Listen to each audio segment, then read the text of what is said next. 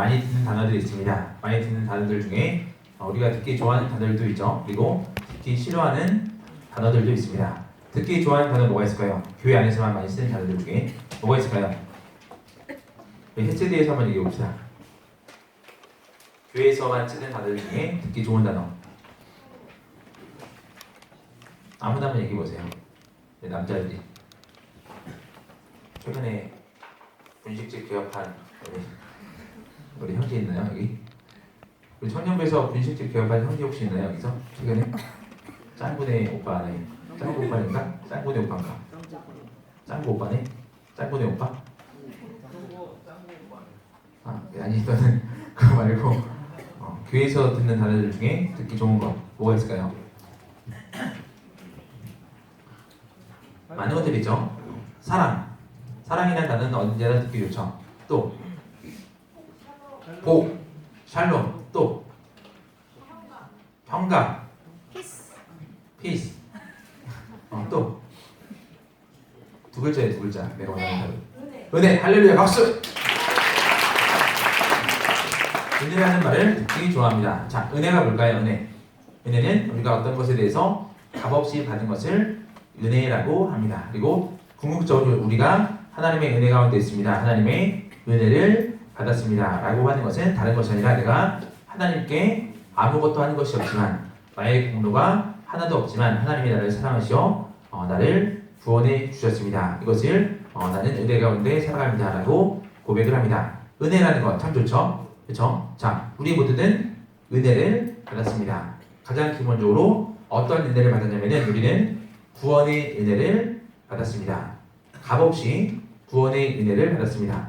값없이 구원의 은혜를 받았으면 그 사람들의 마음에 어떤 것이 있어야 될까요? 반드시 감사함이 있어야 되겠죠. 그리고 기쁨이 있어야 됩니다. 값없이 받았다면 그것에 대한 감사함이 반드시 있고 값없이 받았는데 적당한 것을 받은 것이 아니라 우리가 감히 이룰 수 없는 것을 받았기 때문에 우리는 그것에 대해서 더욱더 기뻐해야 됩니다. 근데 우리가 받는 은혜는요 단지 구원의 은혜만 받는 것이 아닙니다. 구원의 은혜만 받는 것이 아니라 우리가 이 세상에서 천국 가기 이전에 이 세상에서 살아갈 수 있는 힘도 살아가야 하는 양식도 직장도 전부 다 하나님께서 주셨다는 고백이 있습니다. 그 고백은 무엇이냐면 하나님이 이것들을 우리에게 허락하셨습니다. 하나님이 우리에게 이것들을 주셨습니다 라는 은혜의 고백입니다. 그래서 우리가 찬양의 가사에서도 우리가 은혜 없으면은 살아갈 수가 없다고 합니다. 작년 여름 수련회 주제도 혹시 기억나나요? 저는 그 주제가 참 좋거든요. 은혜 아래 거하는 삶. 여기 아직 있나요? 주변에 있죠. 당신은 은혜 아래 살고 있습니까? 자, 우리는 은혜 아래 살고 있습니다. 이 은혜라는 단어를 여러분들이 반드시 기억해야 되는데 이 은혜를 싸구려로 만들면 안 돼요. 이 은혜라는 이 단어를 싸구려로 절대로 만들어서는 안 됩니다. 은혜라는 단어를 싸구려로 만드는 게 뭔지 아세요?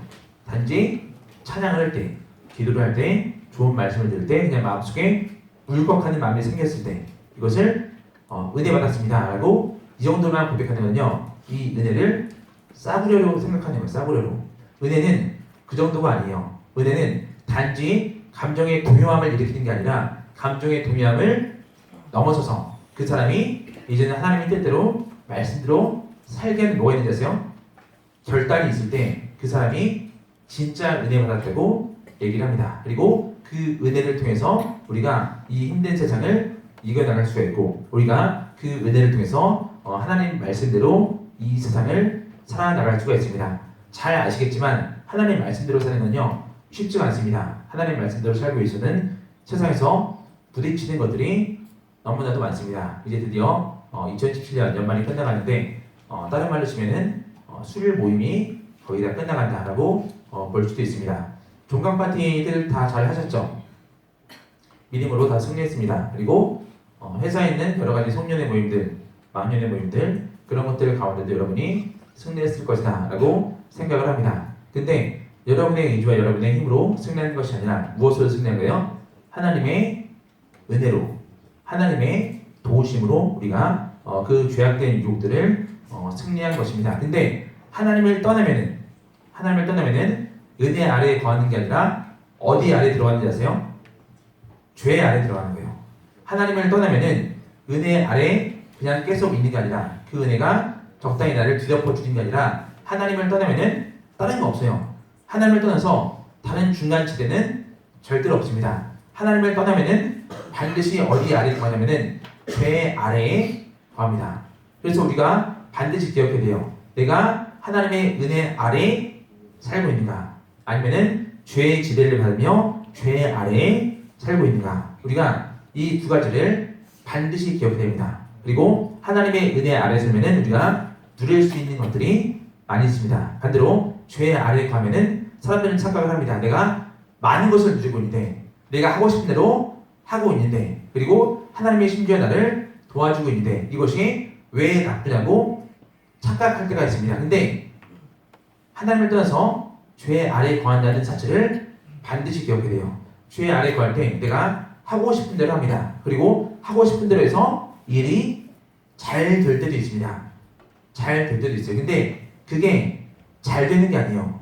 내가 하고 싶은 대로 하는 게 그게 자유가 아닙니다. 그거는요, 하나님이 방치하는 거예요. 방치하는 거. 그래서 우리는 절대로 하나님을 떠나려고 해서는 안 됩니다. 절대로 하나님을 떠나려고 해서는 안 됩니다.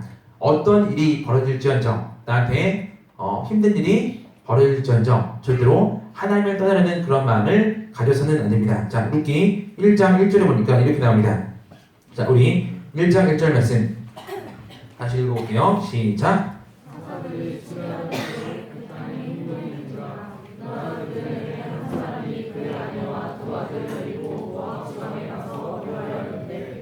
자, 룻기 시대가 어떤 시대죠? 사사들이 치리하던 시대입니다. 사사들이 치리하던 시대에 룻이라는 여인이 살았습니다. 자, 사사들이 치리했던 시대 어떻게 표현할 수 있을까요? 작년 연말쯤에 설교했던 것 같은데 사사들이 치리하던 시대 뭘로 표현할 수 있을까요? 사사 시대 어떤 시대죠? 암흑의 시대죠. 한 문장으로 표현하면은, 성경적인 표현으로 하면은 그때 왕이 없으므로 각각 자기 수련에 옳은 대로 행하였더라. 누구 말고는 오직 룻과 사무엘 외에는. 기억나죠? 자, 사사들이 치리했던 이 시대는 암흑의 시대입니다. 하나님을 떠난 시대입니다. 각각 자기 소견에 옳은 대로 하나님을 왕으로 모시지 않고 자기가 왕이 되어 살던 그런 시대입니다. 자, 그러니까 하나님 뜻대로 살지 않으니까 그 땅에 무엇이 들었어요? 흉년이 들었습니다. 흉년이 들었다는 것을 사실 저도 잘 모르고요. 여러분들도 잘 모릅니다. 밥을 굶어본 적 없죠? 밥을 굶어본 적 없어요. 용돈이 떨어진 적 있나요? 그런 경우는 가끔씩 있겠죠. 근데 그 용돈이 떨어져서 살지 못하는 경우는 없습니다. 근데 이 당시에 흉년이 들었다는 것은요, 내가 언제 죽을지 모른다는 거예요. 언제 죽을지 모르면 어떻게 될까요? 먹을 거를 찾아가야 되겠죠. 근데 먹을 거를 찾아가도 찾지 못할 가능성도 많이 있습니다. 그래서 어디로 가야 돼요? 가능성이 있는 곳으로 가야 됩니다. 예를 들어서 아브라함이 하나님 뜻대로 처음에 어디 있었죠? 갈대아 우리에 있다가 그 다음에 어디로 갔어요? 하란으로 갔죠. 하란에 있다가 어디 갔어요? 가나안으로 갔어요. 가나안. 하나님이 가라고 해서 갈대아 우리에서 하란 갔다가 하란에서 가나안으로 왔습니다. 가나안으로 오자마자 제일 먼저 무슨 일이 벌어졌는지 아세요? 그 땅에 기근이 들었습니다. 그래서 아브라함이 거기 그대로 있지 않고 어디로 갔는지 아세요? 애굽으로 갔어요. 애굽. 왜? 애굽은 대도시고 애굽에 가면은 먹을 것이 있다는, 양식이 있다는 뭐가 있는 거예요? 확신이 있는 거예요. 그리고 지금 이 시대에 있는 이 사람들도 똑같습니다. 1절 뒤에 보니까 이렇게 나옵니다. 그 땅에 흉년이 들었는데 유다 베들레헴의 한 사람이 그의 아내와 두 아들을 데리고 모압 지방에 가서 거류하였는데 라고 나옵니다. 보세요. 베들레헴에 있는 이 유대인이 자기 아내와 자기의 두 아들을 데리고 흉년이 들자 어디로 갔어요? 모압으로 갔어요. 모압. 먹을 것이 없으니까 좀 있으면은 죽을지도 모르니까 살 길을 찾아서 어디로 갔어요? 모압으로 갔어요. 모압. 자, 먹을 거를 찾아서 간 게 살 길을 찾아서 간 게 그 자체가 죄는 아니에요. 근데 가지 말아야 할 곳은 절대로 가면 안 됩니다. 모압은요, 살 길을 찾아 가는 곳이 절대로 아니에요. 모압은 살 길을 찾아 가는 곳이 절대로 아닙니다. 모압 조상이 누구냐면은 아브라함 조카 중에 어떤 사람이 혹시 있는지 아세요? 아브라함 조카 중에 같이 갈대월에서 나왔던 네 사람 중에 한 명. 아브라함과 데라와 사라와 한 명 더. 우리 그때 주야기 파트너మెం트로 다 까먹었니 혹시? 조카 롯과 함께 거기서 나왔습니다. 그리고 아브라함도 어느 순간 부자가 되고 롯도 어느 순간 뭐가 됐어요? 부자가 됐어요. 아브라함도 부자가 되고 롯도 부자가 되니까 그 둘 사이에 있는 종들끼리 어떻게 했어요? 티격태격 다툽니다. 그래서 아브라함이 멋있는 말 하죠. 내가 좌하면 내가 우하고 내가 우하면 내가 좌하리라 해서 롯이 선택한 땅이 어디예요? 눈을 들어보니까 소돔과 고모라가 자기 눈에 보기에 어떻게 보인 거예요? 매우 좋게 보인 거예요. 그리고 거기에 가서 정착을 합니다. 그리고 거기에서 성공을 합니다. 근데 하나님이 소돔과 고모라를 결국 어떻게 하시기로 작정하셨어요?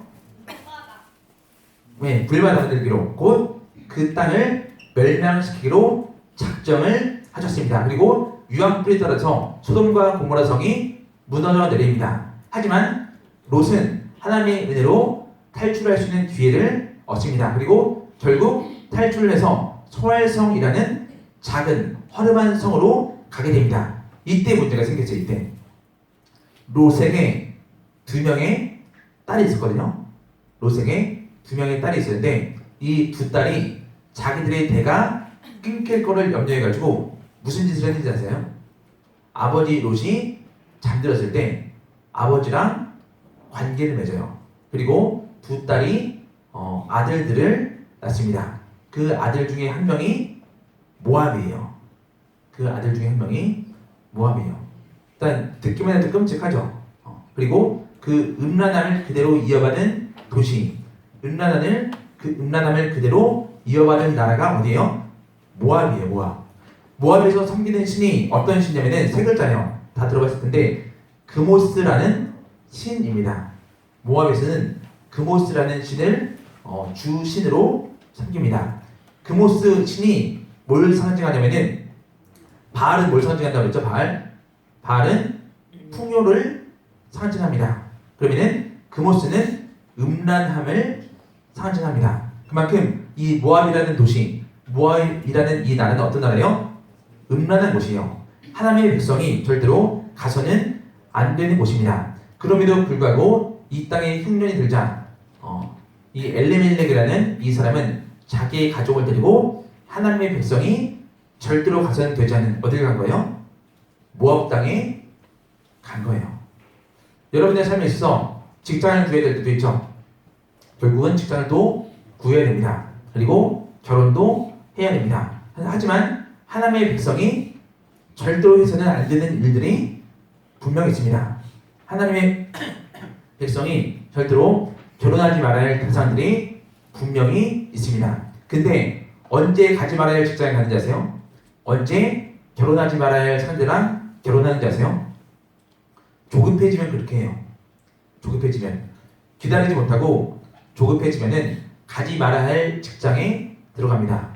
결혼하지 말아야 될 상대와 결혼하게 됩니다. 그리고 그 결과는 결코 좋지 않아요.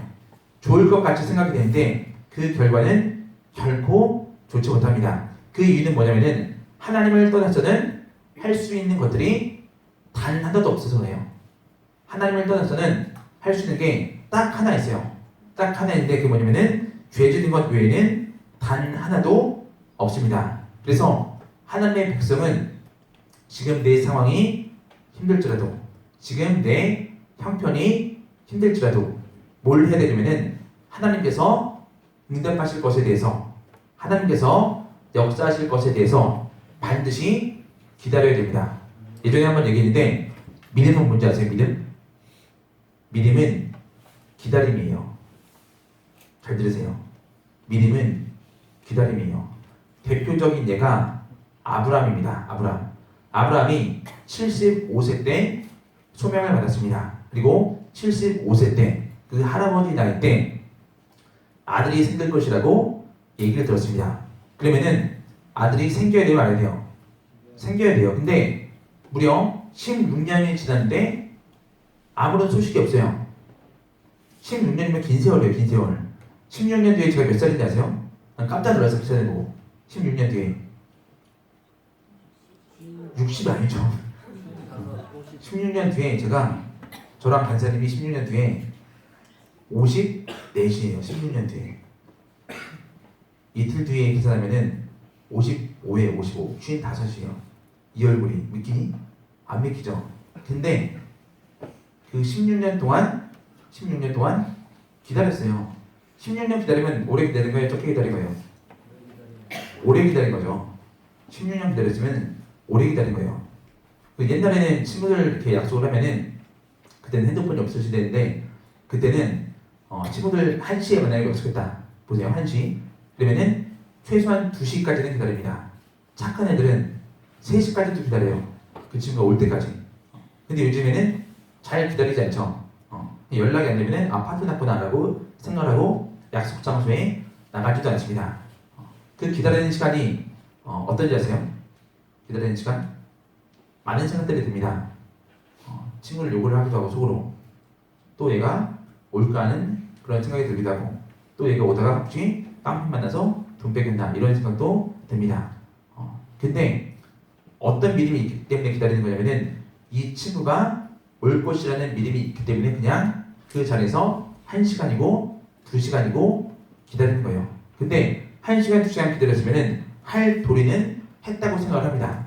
그리고 아브라함도 16년을 기다렸어요. 16년 아니다 11년을 기다렸어요. 11년. 아브라함도 11년을 기다렸습니다. 11년 기다렸으면은 인간으로서 할 도리는 다 한 거예요. 그렇잖아요. 인간으로서 할 도리는 다 한 겁니다. 하지만 믿음이 있으면 어떻게 돼요? 믿음이 있으면은 더 기다려야 돼요. 믿음이 있으면은 하나님이 응답하실 때까지, 하나님이 역사하실 때까지 더 기다리는 게 그게 믿음이에요. 그래서 믿음은 기다림이라고 할 수가 있습니다. 그 땅에 흉년이 들었을지라도 엘리멜렉이라는 이 사람은요 자기 처와 두 아들을 데리고 모압으로 가면 안 되는 거예요. 그냥 그 땅에서 하나님이 주실 것을 믿으면서 그냥 하나님께서 역사하실 것을 믿으면서 거기서 기다려야 했습니다. 그런데 모압으로 가버렸어요. 모압으로 가서 잘 됐을 것 같아요. 근데 잘 됐을 것 같이 보입니다. 그리고 실제로 먹고 사는 데는 문제가 없었던 것 같습니다. 자, 그래서 2절에 보니까 이렇게 나옵니다. 2절 뒤쪽에 보니까 그들이 모압 지방에 들어가서 거기 살더니, 자, 3절 같이 읽어볼게요. 시작. 나오미의 남편 엘리멜렉이 죽고 나오미와 그의 두 아들이 남았습니다. 4절까지 읽을게요. 시작. 그들은 모압 여자 중에서 그들의 아내를 맞이하였는데 하나의 이름은 오르바요. 그들이 거주한 지 10년쯤에 보세요. 두 아들이 모압 땅에서 뭐까지 했어요? 결혼까지 했어요. 그리고 모압 땅에 어떻게 됐어요? 정착을 했습니다. 정착. 처음에는 모압 땅에 들어갈 때 어떤 마음으로 들어갔을까요?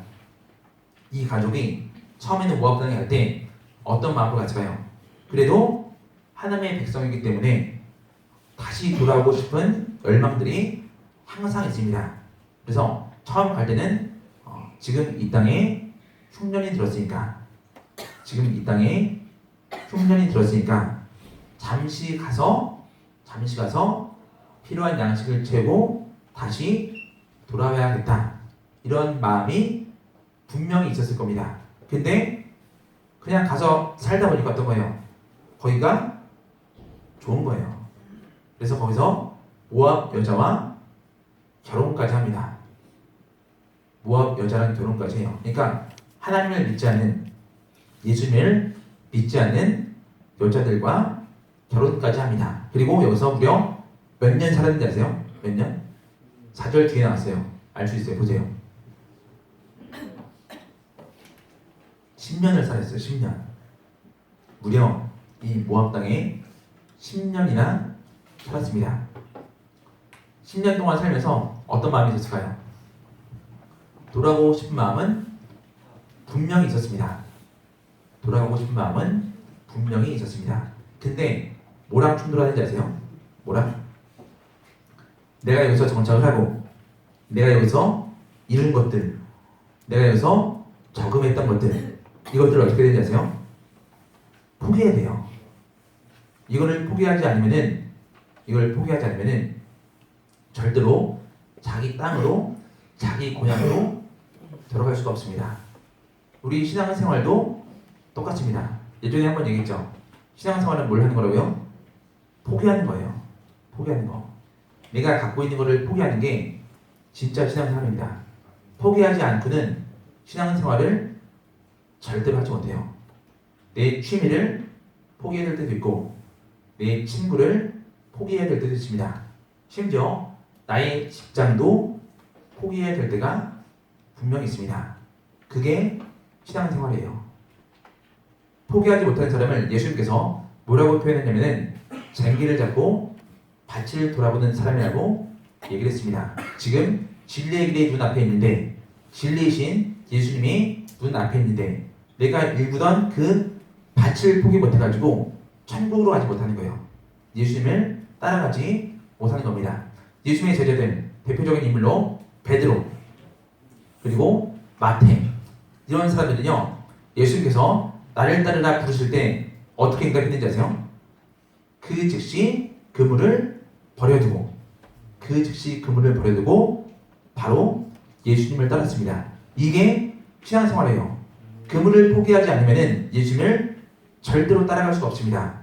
엘리멜렉과 그의 가족들도 모압에서 이루었던 집, 땅, 종, 돈, 이거를 포기하지 않으면 절대로 자기들이 살던 유다 땅, 베들레헴으로 돌아갈 수가 없습니다. 그리고 결국 어떻게 되었냐? 5절 보겠습니다. 5절에 보니까 이렇게 나옵니다. 같이 읽어볼게요. 시작. 말론과 기럨 두 사람이 다 죽고 그 두 여인은 두 아들과 남편의 뒤에 남았더라. 자, 제일 먼저 누가 죽었는지 아세요? 엘리멜렉이 죽었어요. 엘리멜렉. 가장이 죽었습니다. 가장이 죽어도 괜찮습니다. 왜? 자기의 아들들이 있기 때문에